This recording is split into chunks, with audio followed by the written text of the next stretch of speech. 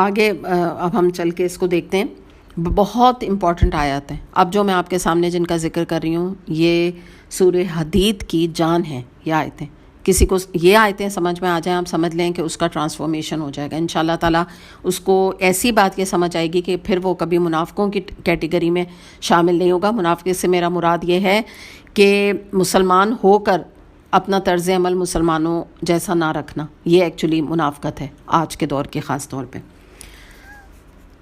ینادونہم الم نکم معکم قولوا بلا ولکنکم فتنتم انفسکم وتربصتم وارتبتم وغرتکم الامانی حتی جاء امر اللہ وغرکم باللہ الغرور. آیت نمبر 14 ہے. وہ مومنوں سے پکار پکار کر کہیں گے، کون ہیں یہ؟ منافقین. کیا ہم تمہارے ساتھ نہ تھے؟ مومن جواب دیں گے ہاں. اب پہلے اس کو دیکھ لیتے ہیں.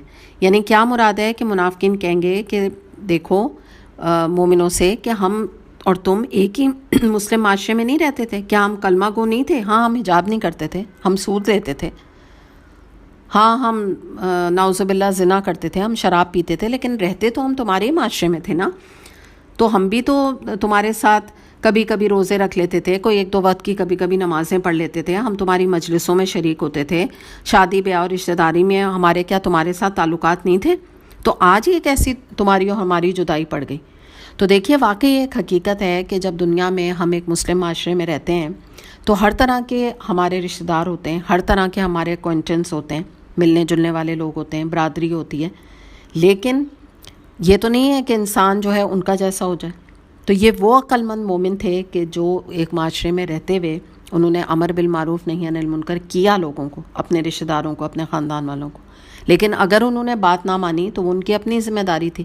انہوں نے اپنا دامن اللہ سے مضبوط رکھا، اپنا تعلق مضبوط رکھا، یہ دین کے اوپر جمے رہے، یہ عمل صالح کے اوپر جمے رہے، تو آج ان کا بہترین انجام ہوا. اور یہ بے وقوف لوگ منافقین کہ جنہوں نے اپنے آپ کو اس مصیبت میں مبتلا کیا تو وہ آج پچھتائیں گے. یعنی آج سے میری مراد ہے قیامت کے دن.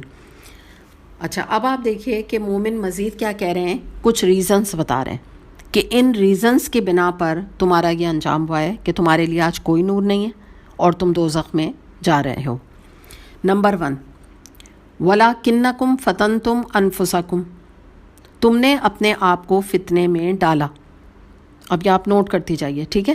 پہلا مسئلہ جہنم میں جانے کا، اللہ تعالیٰ کو ایسے لوگوں کو منافق کہنے کا کیا ہے کہ ایسے لوگوں نے دنیا میں رہتے ہوئے اپنے آپ کو فتنے میں ڈالا. فتنہ کیا ہے اس کو ہم دیکھ لیتے ہیں. فتنہ یہ ہے کہ مسلمان ہو کر بھی تم مخلص مسلمان نہ بنے، تم ایمان اور کفر کے درمیان لٹکتے رہے، کفر اور کفار سے تمہاری دلچسپیاں کبھی ختم نہ ہوئی، اور اسلام سے تم نے اپنے آپ کو پوری طرح وابستہ نہ کیا. یعنی ادخلوا فی السلم کافہ، سورہ البقرہ میں آتا ہے کہ پورے کے پورے اسلام میں داخل ہو جاؤ. تو تم تو اسلام میں کبھی داخل ہی نہیں ہوئے. یہ مومنین کہہ رہے ہیں نا ان سے، منافقین سے. یہ سورہ نساء میں آتا ہے نا، مذبذبین بین ذالک، کفر اور ایمان کے درمیان ڈاواں ڈول ہیں، نہ ادھر ہیں نہ ادھر پورے ہیں. اور فتنے کا ایک اور مطلب یہ بھی ہے کہ تم نے اپنے آپ کو چوائس دی، اللہ کے واضح حکم آنے کے باوجود تم نے یہ سوچا کہ میں اللہ کی اطاعت اختیار کروں بھی کہ نہ کروں، حجاب کروں بھی کہ نہ کروں، پتہ نہیں کرنا بھی چاہیے کہ نہیں کرنا چاہیے. تو تم نے خود اپنے آپ کو چوائس دی.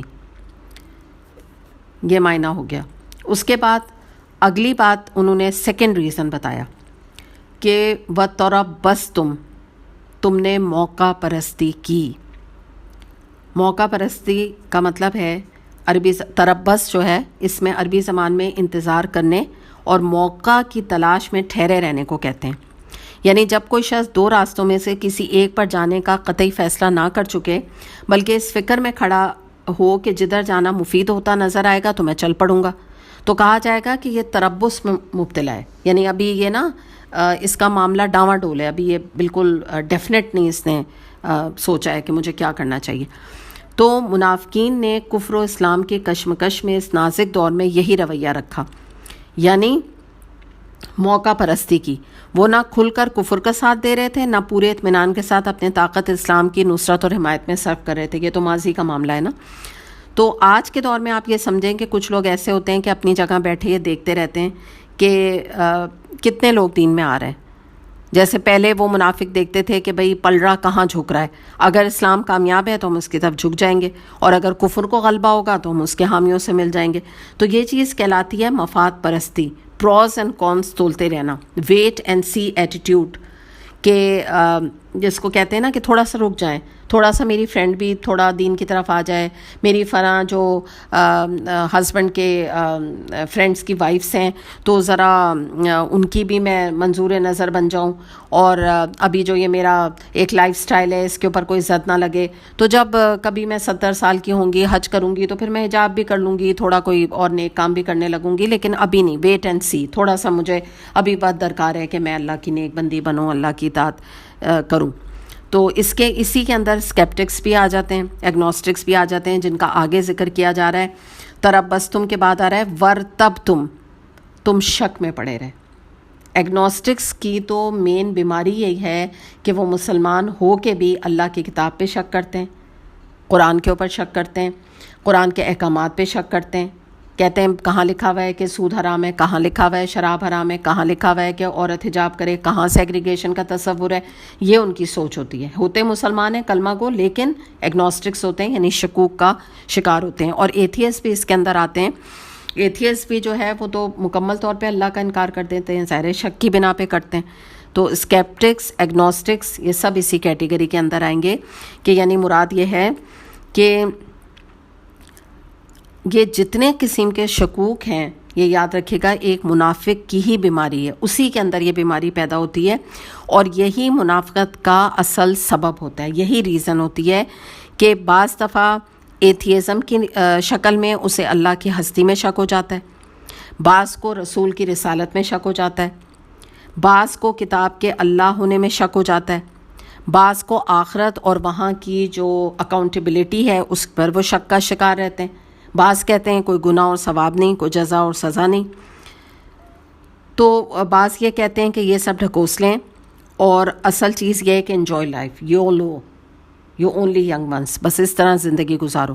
پھر کچھ لوگ اس طرح بھی شک کرتے ہیں کہ آپ یہ سمجھیں کہ پتہ نہیں میں قرآن کا کورس کر کے صحیح کر رہی ہوں کہ نہیں، پتہ نہیں مجھے حجاب کرنا چاہیے کہ نہیں، پتہ نہیں میں نے داڑھی رکھ لی تو مجھے اس کا اجر ملے گا بھی کہ نہیں، پتہ نہیں میں مسجد میں جا کے نماز پڑھتا ہوں تو کوئی اس کا فائدہ ہے بھی کہ نہیں. تو یہ ایک تو ہوتا ہے نا کہ ایک انسان کے اندر شک آتا ہے اور اس کے بعد وہ اس کو جھٹک دیتا ہے. یہ یاد رکھیے گا مومنوں کے دل میں بھی کبھی کبھی اس طرح کے خیال شیطان ڈالتا ہے، لیکن وہ کیا کرتے ہیں، اس کو جھٹک دیتے ہیں.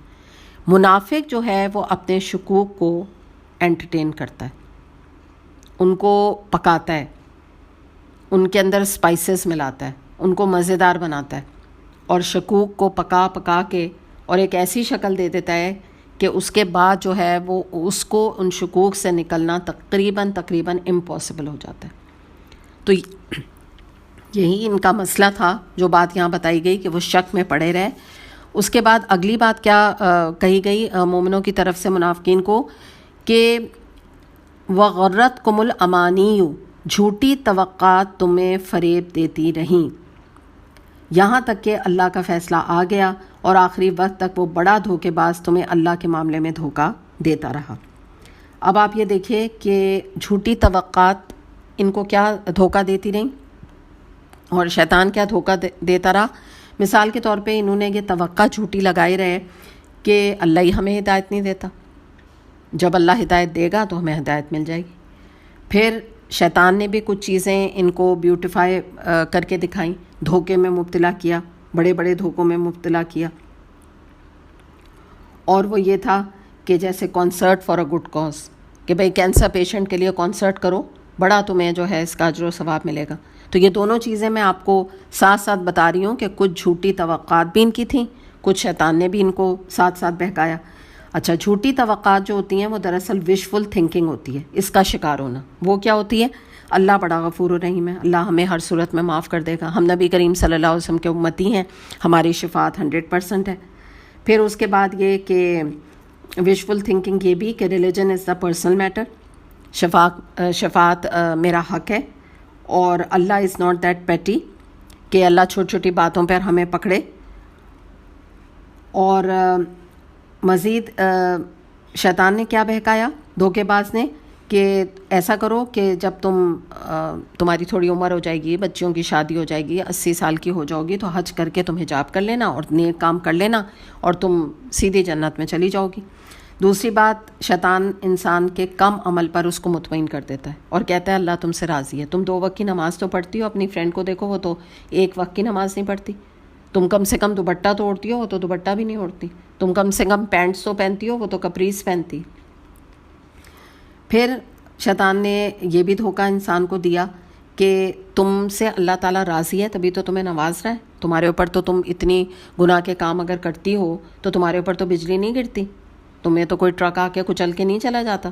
یا تمہارے پاس اتنا پیسہ ہے، اللہ تمہیں اتنا نواز رہا ہے، اللہ تم سے یقیناً راضی ہے، تم فکر نہ کرو. پھر شیطان نے یہ بھی ذہن میں ڈالا کہ دیکھو بی اے ماڈریٹ مسلم. یہ بھی دھوکہ دیا کہ تمہیں ضرورت نہیں ہے اتنی ایکسٹریمزم پر جانے کی. اللہ جب تمہاری نماز روزے سے راضی ہے تو تمہیں کیا ضرورت ہے قرآن پڑھنے والوں کی طرح دن رات اپنے قرآن کے لیے لگاؤ اور کھپاؤ اور اپنی انرجیز وہاں پہ لگاؤ اور قرآن کی اتنے مشکل احکامات کو اپنے اوپر امپلیمنٹ کرو. تو قرآن کے احکامات کو بھی مشکل بنا کر دکھانا بھی یہ اس کا شیطان کا بہت بڑا دھوکہ ہے. یاد رکھیے گا، اللہ تعالیٰ کے تمام احکامات جو اللہ تعالیٰ نے قرآن میں دیے ہیں بہت ہی پریکٹیکل ہیں، بہت ہی آسان ہیں، ایزی ٹو امپلیمنٹ ہے ہماری زندگی میں. اور جیسے اللہ تعالیٰ کی کائنات پرفیکٹ ہے، سورج اور چاند اور پہاڑ اور پودے اور پھول اور پھل، آپ اس میں کوئی ڈیفیکٹ نہیں نکال سکتے ہیں. اسی طرح اللہ تعالیٰ کے جو مورل لاز ہیں یا اللہ تعالیٰ کی شریعت ہے اس کے وہ بھی ڈیفیکٹیو نہیں ہے. اس کے اندر ایک ڈیفیکٹ بھی انسان نہیں نکال سکتا کیونکہ یہ اللہ کی شریعت ہے اور اللہ کی ذات جو ہے وہ بے عیب ہے. تو اللہ کی بنائی ہوئی شریعت میں کیسے عیب ہو سکتا ہے؟ ہاں، بات کیا ہے کہ جب تک آپ دین سے باہر ہوں گے تو جس طرح سے اے سی کی ہوا، جب آپ اے سی کی جو باہر کی سائڈ پر آپ کھڑے ہوں گے، یعنی گھر کے باہر اے سی جہاں لگا ہوا ہے اس کے بیک سائڈ پہ آپ کھڑے ہوں گے تو گرم گرم ہوا آپ کے جسم کو لگے گی. لیکن اگر آپ وہی اندر آ جائیں اور کمرے میں آ کے بیٹھ جائیں تو ٹھنڈا یک کمرہ آپ کا منتظر ہوگا اور آپ کے اعصاب کو سوت کرے گا.